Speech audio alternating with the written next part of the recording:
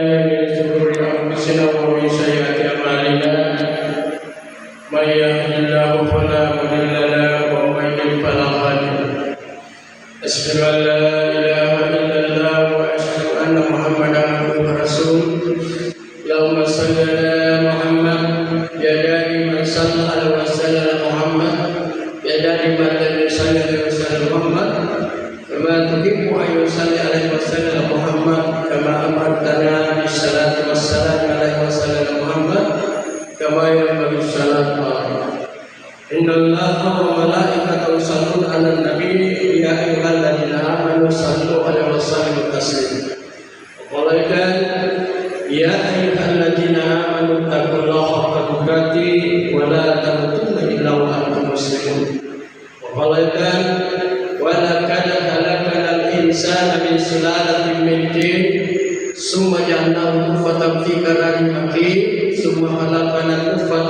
علقة فخلقنا العلقة مضغة فخلقنا المضغة عظاما فكسونا عظاما لحما ثم أنشأناه خلقا آخر تبارك الله أحسن الخالقين ثم إنكم بعد ذلك لميتون ثم إنكم يوم القيامة تبعثون وقال Rasulullah ma'arfana sabqadat fa'alam arfana faqadat Muhammad ma'arfa Muhammad faqadat faru ma'arfaru arfallah amma alhamdulillah wajibat terkhusus yang sudah ada di dalam masjid ini rela berusaha mempatrikan melenyapkan memasukkan ke dalam lubuk hati sanubari kita setiap pujian, setiap sebutan-sebutan nama Allah yang Anda sebut.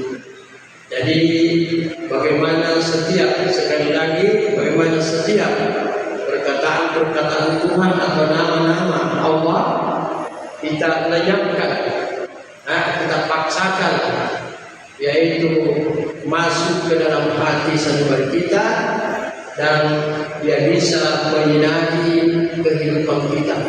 Ada yang lain menyinari setiap yaitu persediaan kita. Artinya kalau seandainya nur kalamullah terpancar atau masuk ke dalam lubuk hati kita, maka mata kita tidak akan gunakan melihat kepada yang salah.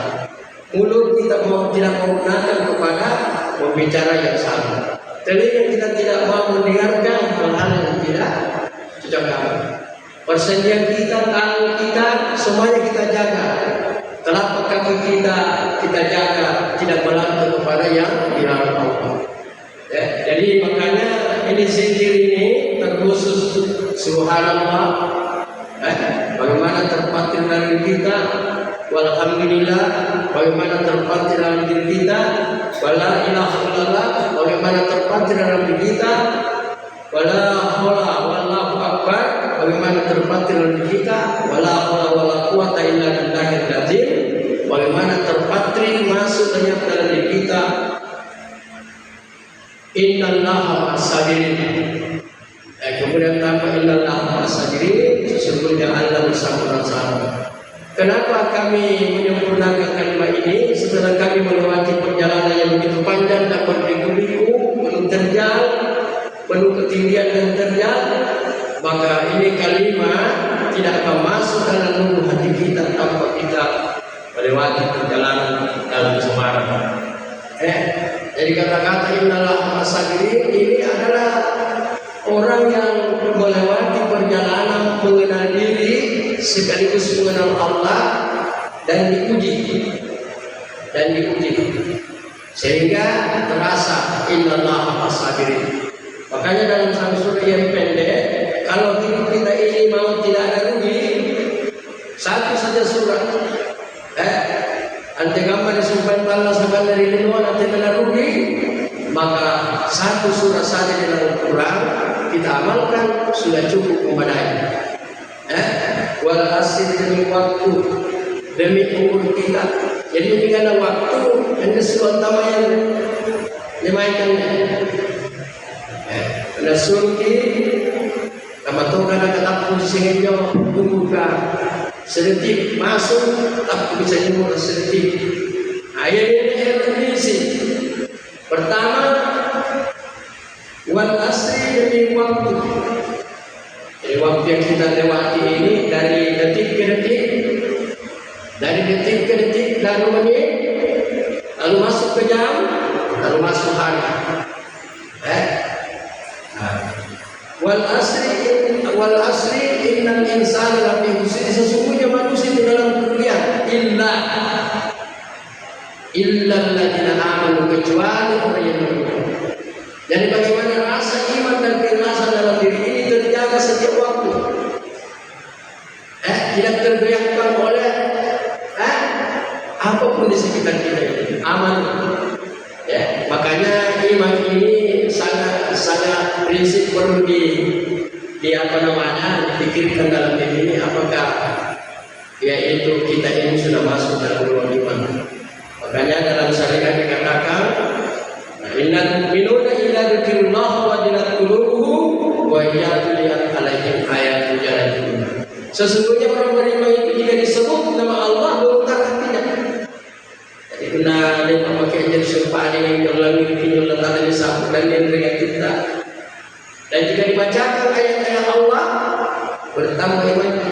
Dan sudah dibacakan kadang-kadang Allah Ta'ala, apakah itu syariah maupun tadika maupun hakikah makrifat, itu bertambah iman. Makanya kami bersama kemarin ini masuk di kampung, masuk masjid, berlalu kemana-mana adalah merupakan saksi dan bukti nyata siapa yang beriman di antara kalian ini. Karena iman itu gaib, yaitu adalah rasa. Sahabat sendiri bertanya, ya Allah, ya Rasul, apa itu iman? Iman itu ikhlas. Ikhlas itu kalau kita menolong membantu orang tanpa ingin dibalas. Ya, jadi iman itu kita menolong orang, kita membantu orang, kita tidak ingin dibalas. Makanya hari ini orang berbuat baik dan kita kadang ingin dibalas kembali. Ingin dibalas, berarti bukan iman. Itu namanya ariyak, pekerjaannya iblis dalam diri kita. Supaya kita punya amal ini hancur. Supaya kita amal kebaikan ini hancur, yaitu iblis bisikkan dalam hati riya.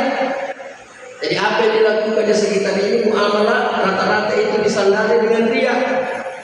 Seperti contoh pada bulan ini banyak sekali Anda lihat di media, bahkan Anda dengar sendiri orang mengangkat murid sampai ngira di media yang bayar apa dan sebagainya. Nabi tidak pernah lakukan itu. Jadinya karena pura-pura yang baku, pura-pura yang apa, di kanan. Ya, lagi pula yang melaksanakan ini, ya mungkin ada etikat jahatnya apa. Kenapa duluan selana nanti rasa uri akan begitu. Jadi itu semua salah satu ini bentuk kegiatan yang orang tidak tahu. Jadi dalam agama Allah ini sangat singkat, sangat singkat sekali, tidak banyak neko-neko. Jadi manusia ini karena dia banyak lakukan tanpa perintah Allah, tanpa sunnah Nabi, dia banyak apa namanya baik sekali. Seperti itu istilah mau itu tiruan daripada orang-orang yang sebelum kita itu, sebelum Islam, apapun sebelum Islam. Itu ketika agama Allah rusak pada zaman Nabi Isa, maka diperingati itu. Pada bulan itu kan hanya Natal kan, kamu-kamannya bulan. Dan siapa yang melakukan hal ini dan dia membuat seperti itu di ruang itu sama itu. Dosanya di sisa sama dengan itu. Satu bunga pesan beliau. Ini saya ini heran ini orang di sekitar kami. Wallahu a'lam. Jadi singkat cerita marilah berpegang teguh kepada apa yang saya sampaikan kepada kalian. Kita ini sudah sangat lama di alam dajjal. Selalu kiranya jadi antum di alam dajjal. Hanya dengan dajjal dalam Al-Quran dikatakan dajjal itu manusia bermata satu. Apa yang bermata satu? Pikiran dan ini.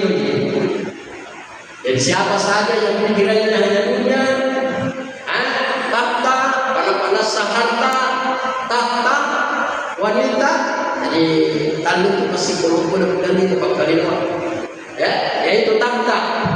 Ini pikirannya sehingga ketika menakan diri rekaman itu adalah dajjal. Ini hanya pikirannya siapa saya lakukan pada pada saat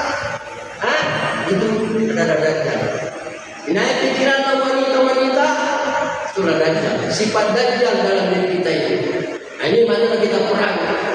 Jadi awalnya dikatakan bahwa sejak kami dakwah ini adalah memerangi sifat Dajjal. Ya, Dajjal.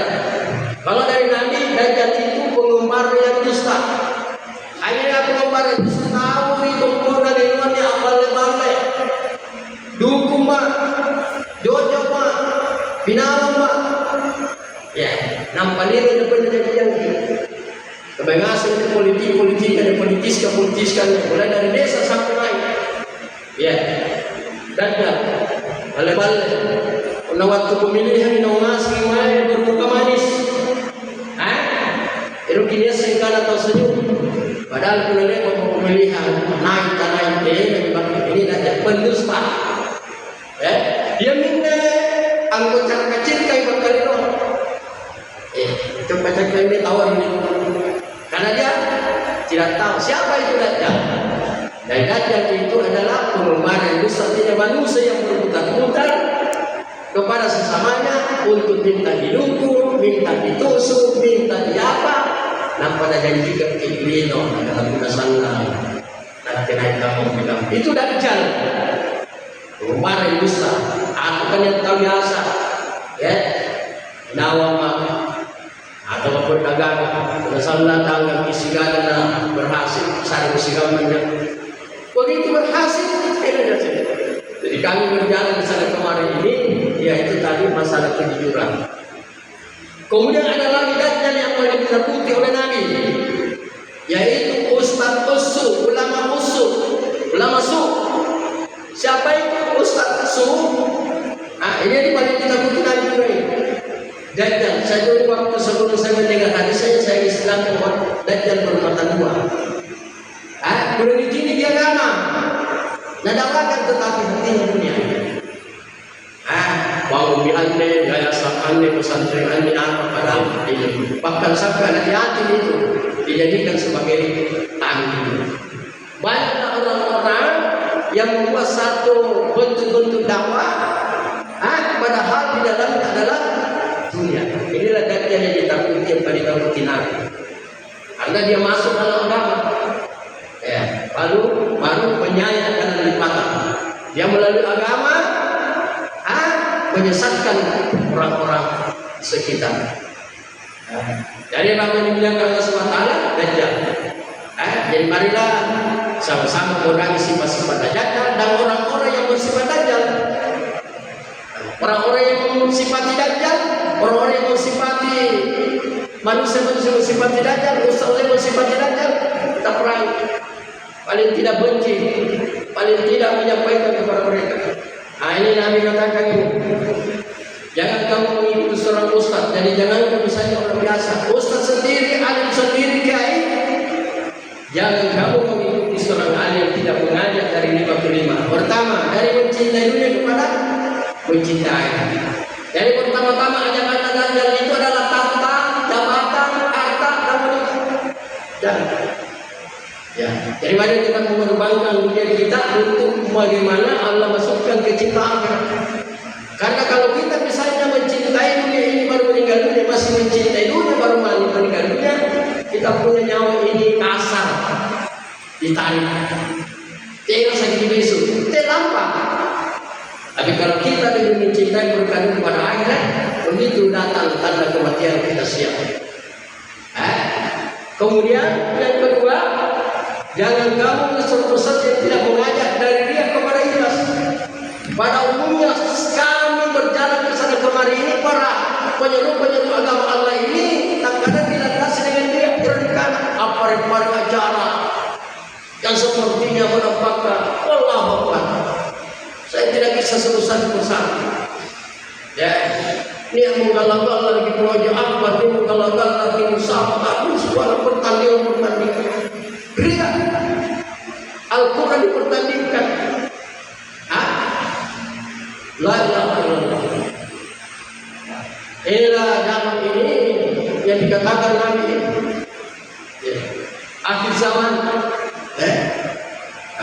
Kalau datang ini kata Nabi, jangan kamu meninggalkan satu hadis Siapa yang mengingatkan satu sunnah, maka di situ setan masuk. Kemudian jangan kamu itu seorang alim, ustaz, kiai, kalau tidak mengajak dari ragu kepada yakin. Daripada dia yang sasana dan jangan gamal-gamal dan dia mengaku misalnya apa. Mana kita yakin bahwa Allah itu ada, yakin dalam kesukaan Allah, yakin dalam nur Allah, yakin dalam nur Allah. Dari mana saudara ini yakin? Pasrah kepada Allah. Tapi ini yakin tidak akan begitu datang saja. Banyak orang yang mengatakan yakin, tetapi mungkin dia belum yakin. Kalau banyaknya, ada kita yakin.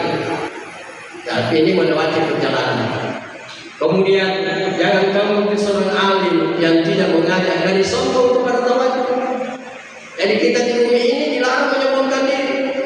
Siapa yang ada dalam hatinya, kata Rasul, rasa memandang enteng sekali pun sedikit sami, maka tidak akan masuk surga, tidak akan selamat. Tidak akan selamat sekalipun dia memasukkan unta di lubang jarum. Nah hari ini orang-orang pada memandang enteng. Jika nak sombong memandang enteng, apabila lebih tidak nasabah atau bagaimana? Belum dengan surga kan? Iya. Kami ini banyak menghadapi di lapangan. Dan ini semua dari Allah.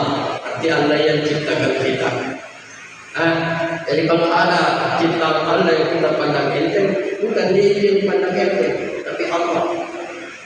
Contohnya saya kepada kadira, apa tu mencari kadira yang lalu? Apa juga kadira yang lalu? Ya, itu yang parah. Sama kita ini, pandang enteng. Pendilotoan ibu cina dimulai saya melihat dan mendengar, sanginnya itu dikali yang berdoa, sanginnya ini dipakai tinggi dan banyak. Era di dunia disumpah dengan pertemuan. Ikiau dihadiri, dipersilakan berdiri, beliau masuk. Unang tamu tidak biasa ketemin. Unang jam dari agama di bawah dia jaga. Meo, bawah dia jaga.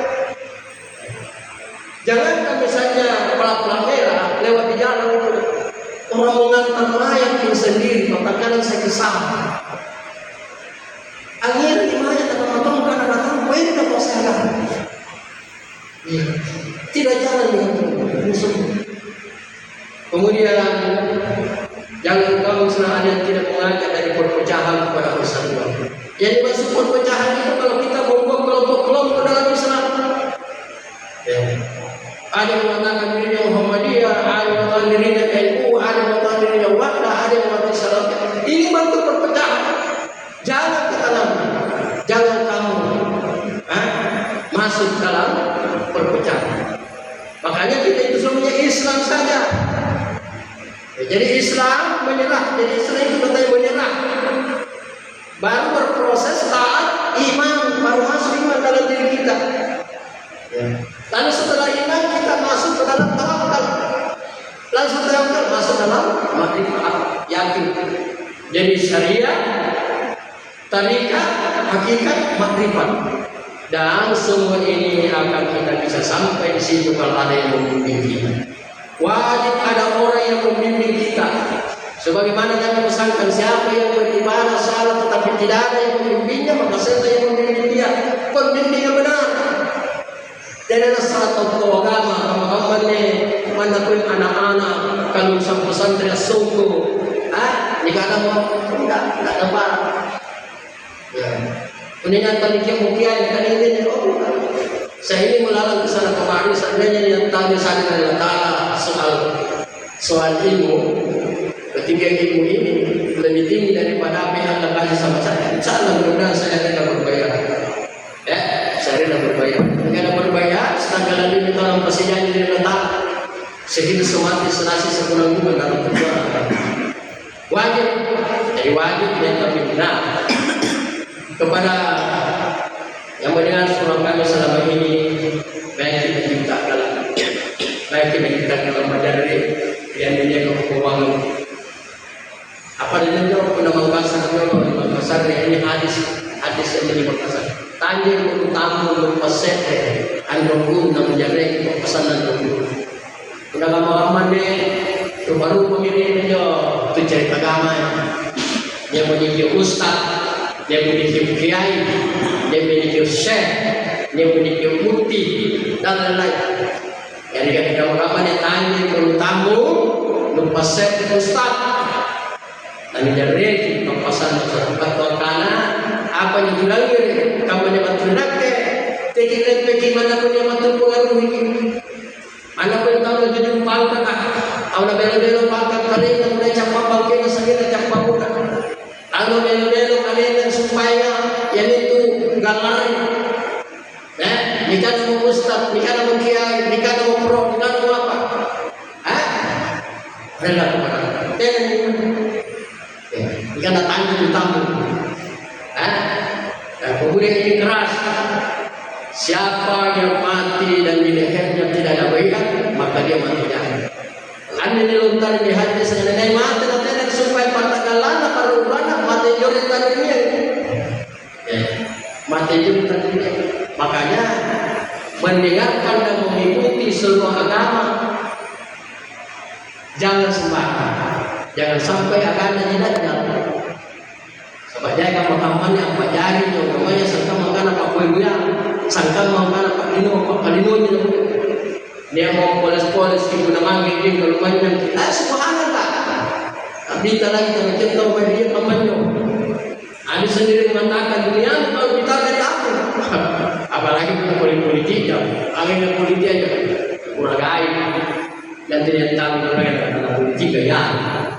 Apakah ini ada besar kelas tamu DPR, subhanallah ya sampai Komnas saja Komnas lagi kalau banyak paksa apalagi bagi-bagi apalagi supaya sepatu, baju, celana dalam rumah, mobil apa subhanallah. Jadi ini zaman ini adalah zaman perbudakan, zaman perdaliman dalam perbudakan, zaman perbudakan. Nah, ganti nasuruh ngangkat binai, nantama mo, nangyayari, kamu terbikin dasar ini pada tipanya. Jadi pajak itu sama kalau masuk itu untuk orang kecil itu, zakat. Jadi kalian punya kepemimpinan yang akan datang ini kalau anda suruh percaya kepada saya, kita kembali kepada tatanan Allah dan Rasulnya. Kita kembali kepada hukum Allah, bukan Quran. Bagaimana maunya Allah? Rata-rata itu ketahuan urusan pemerintah. Bagaimana cara Allah mengurus tentang dunia? Yaitu melalui zakat. Zakat itu siapa? Untuk fakir, untuk miskin, untuk amil, untuk orang yang baru masuk Islam, untuk orang yang berjalan jauh, untuk orang yang jauh ke agama, untuk orang yang punya hutang, meminta-minta. Ada berapa di situ? Melepaskan perbudakan. Artinya inilah orang-orang yang halal mengamalkan zakat. Jadi sepanjang manusia bumi ini tidak kembali kepada tuntunan Allah melalui zakat ini, sepanjang pula bumi ini tidak akan Allah berkah. Tetapi bagaimana? Nanti kita punya cara mengambil harta halal karena harta zakat itu pencuci harta. Bagaimana bisa dicuci?